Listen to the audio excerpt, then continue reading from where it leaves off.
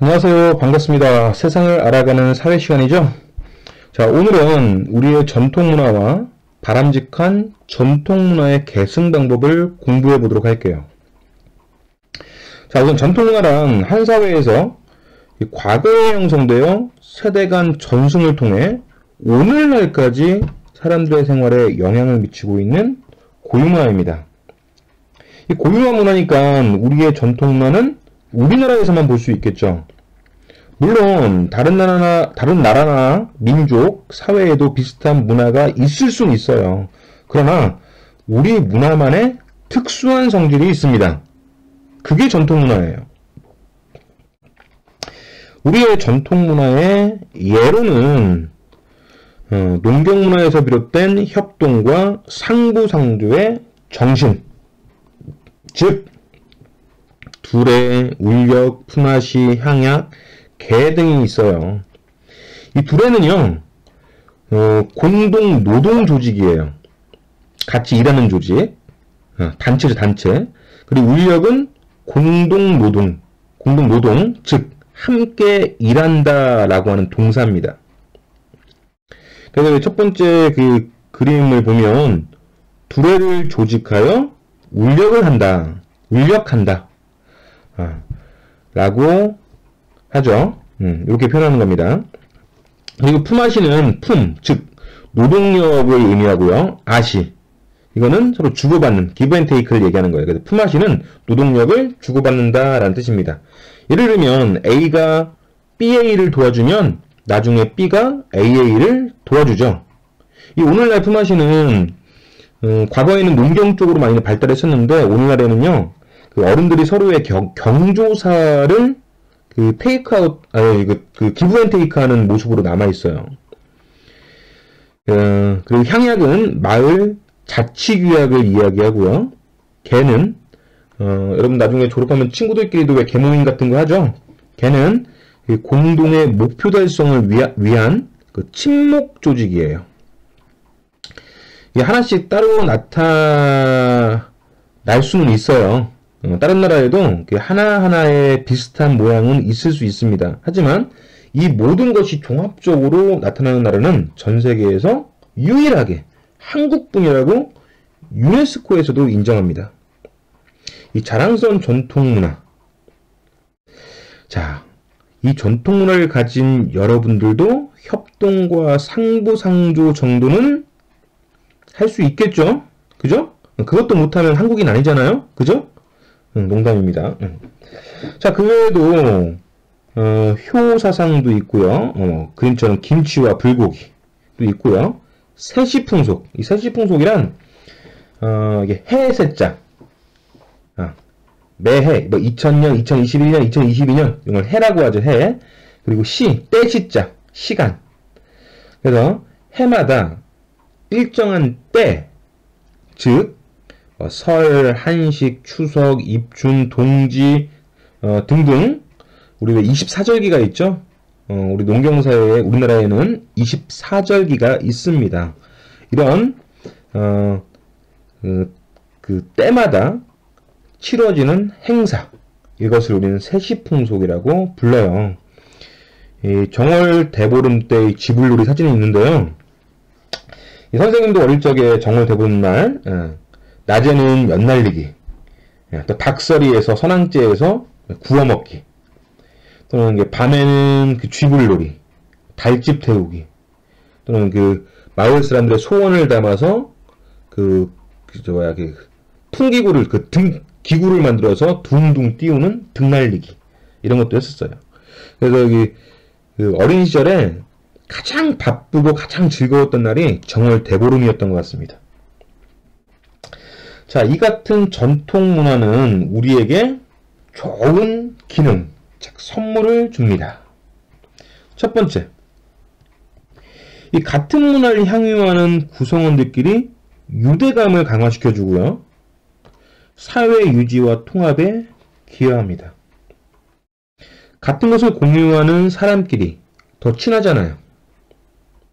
자, 여러분은 한글 쓰는 사람과 친합니까? 영어 쓰는 사람과 친합니까? 느낌 오죠? 영어 쓰는 사람 앞에 있으면 땀 뻘뻘 흘리게 됩니다. 그죠?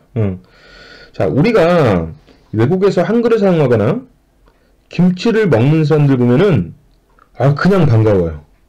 그냥 반갑습니다. 이런 것들이 바로 유대감, 사회통합의 사례가 될 수 있는 거예요.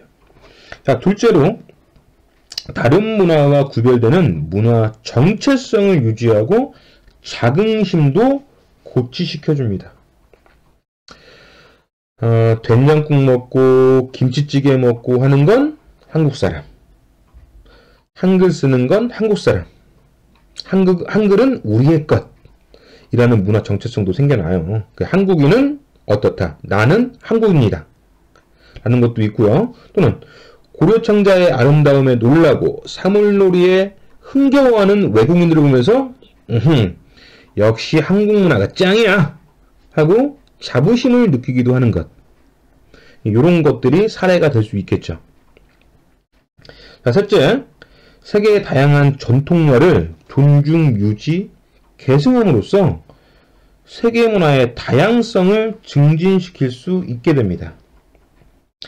그래서 세계에는 다양한 언어도 있고 의복, 가옥 형태, 전통음악, 전통 무술 등이 존재하게 되는 거죠. 서로 존중해줬으니까.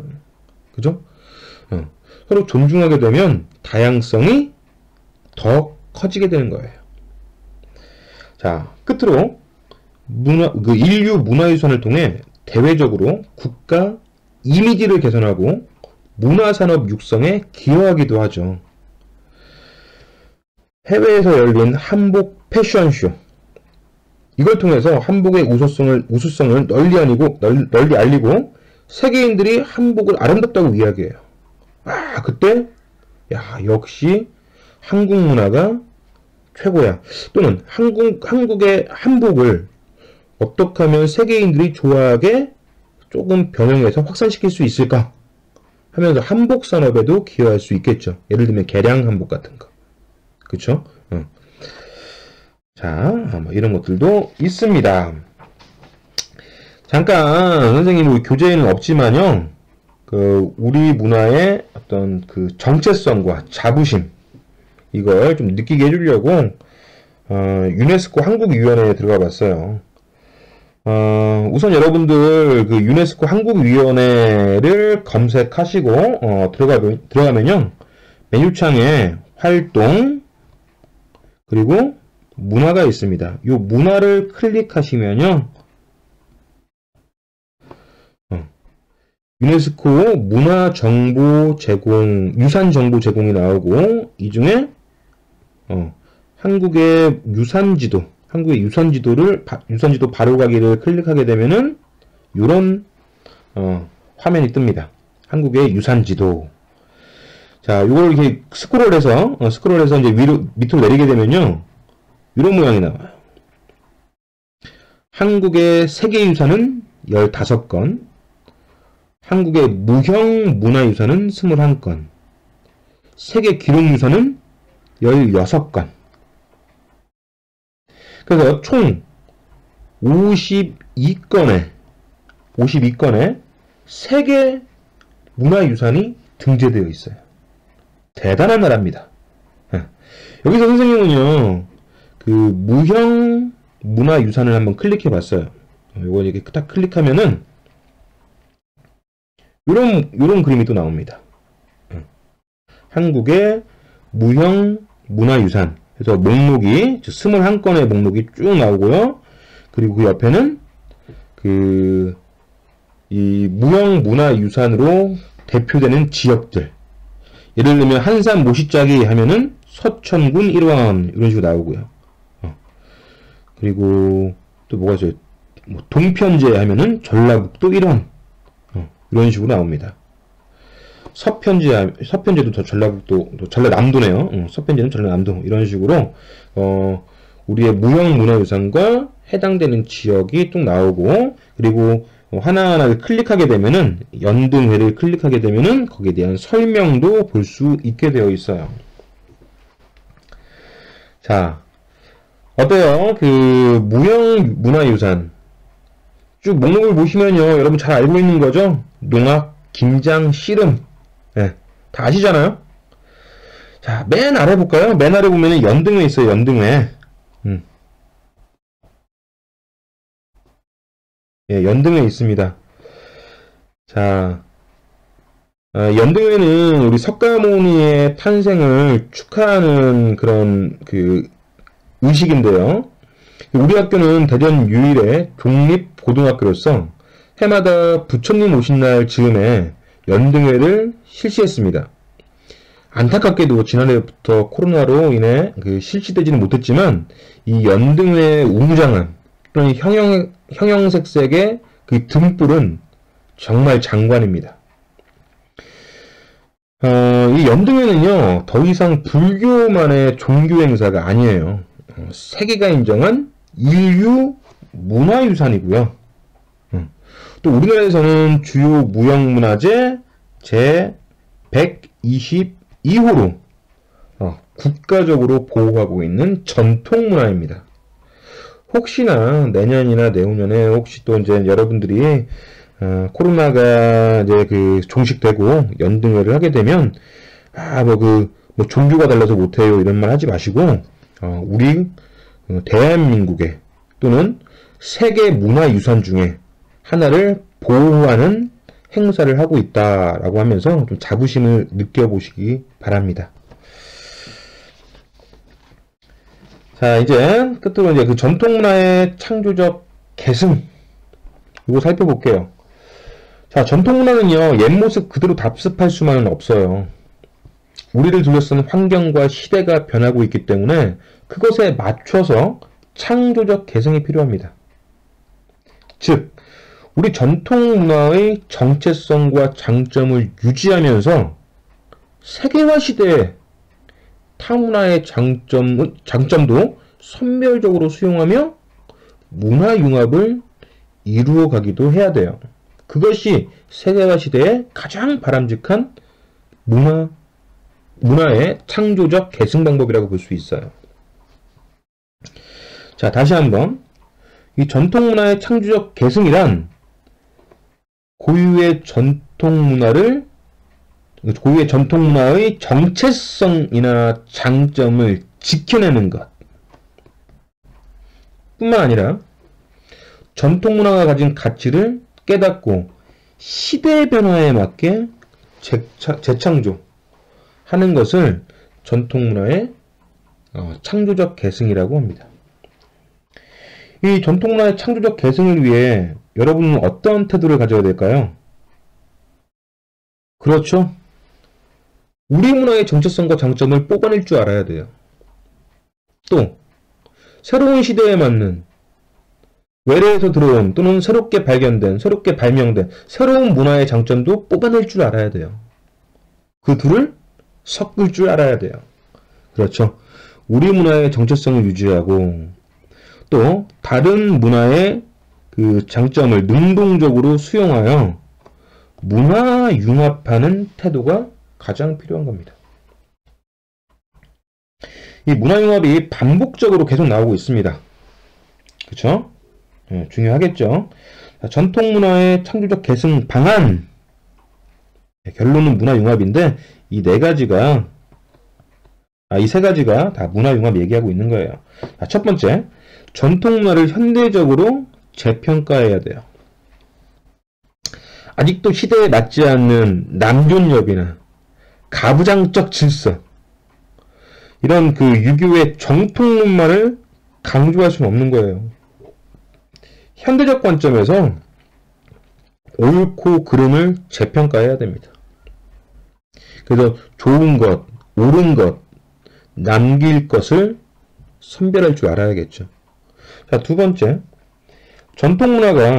우리의 전통문화가 현대사회의 새로운 문화요소들과 조화를 이룰 수 있도록 재구성하거나 개선이 필요합니다. 첫 번째 것은 재평가하는 것이고 두 번째 것은 고쳐보자라고 하는 거예요. 새로운 시대에 맞게 고칠 수 있어야 한다 라고 하는 겁니다. 우리의 가부장적 질서를 그대로 가져가지 말고 부부 중심의 또는 가족 구성원 모두가 평등한 관계로 나아가야 한다는 거죠. 그죠? 자, 셋째로 새로운 문화 요소나 외래 문화 요소를 비판적으로 수용하여 전통 문화와의 조화. 자, 새로운 문화 요소를 수용하여 우리 전통 문화와 조화. 이게 뭐예요? 문화 융합이죠. 그렇죠? 그래서 이 전통 문화의 창조적 계승을 위해서는 우선 재평가할 줄 알아야 된다. 재구성할 줄 알아야 된다. 우리의 장점과 외래 문화의 장점을 선별적으로 수용하여 조화시킨다. 즉 문화 융합할 줄 알아야 한다. 라는 거죠. 자, 사진 속에 보면요. 누군지 아시겠어요? 예, 이상봉 디자이너입니다. 이분은 한글을 소재로 한 새로운 의류 디자인으로 한국뿐만 아니라 전 세계에서 패션쇼를 많이 열었어요. 그래서 국내외적으로 한글과 이상복 디자이너의 그 새로운 의복의 아름다움을 호평받은 좋은 사례가 있었습니다. 그래서 이 이상봉 디자이너처럼 현대적인 의복 형태의 어떤 한글의 아름다움을 가미하여 새로운 한국의 멋을 담은 의복을 창조하는 문화융합적 자세. 이게 참 매력적이라는 겁니다. 자, 지금까지 우리의 전통문화와 세계화 시대의 창조적 문화 계승에 대해 살펴봤습니다. 자, 다음 시간에는 다문화 사회에 대해 학습하도록 하겠습니다. 자, 오늘도 감사합니다.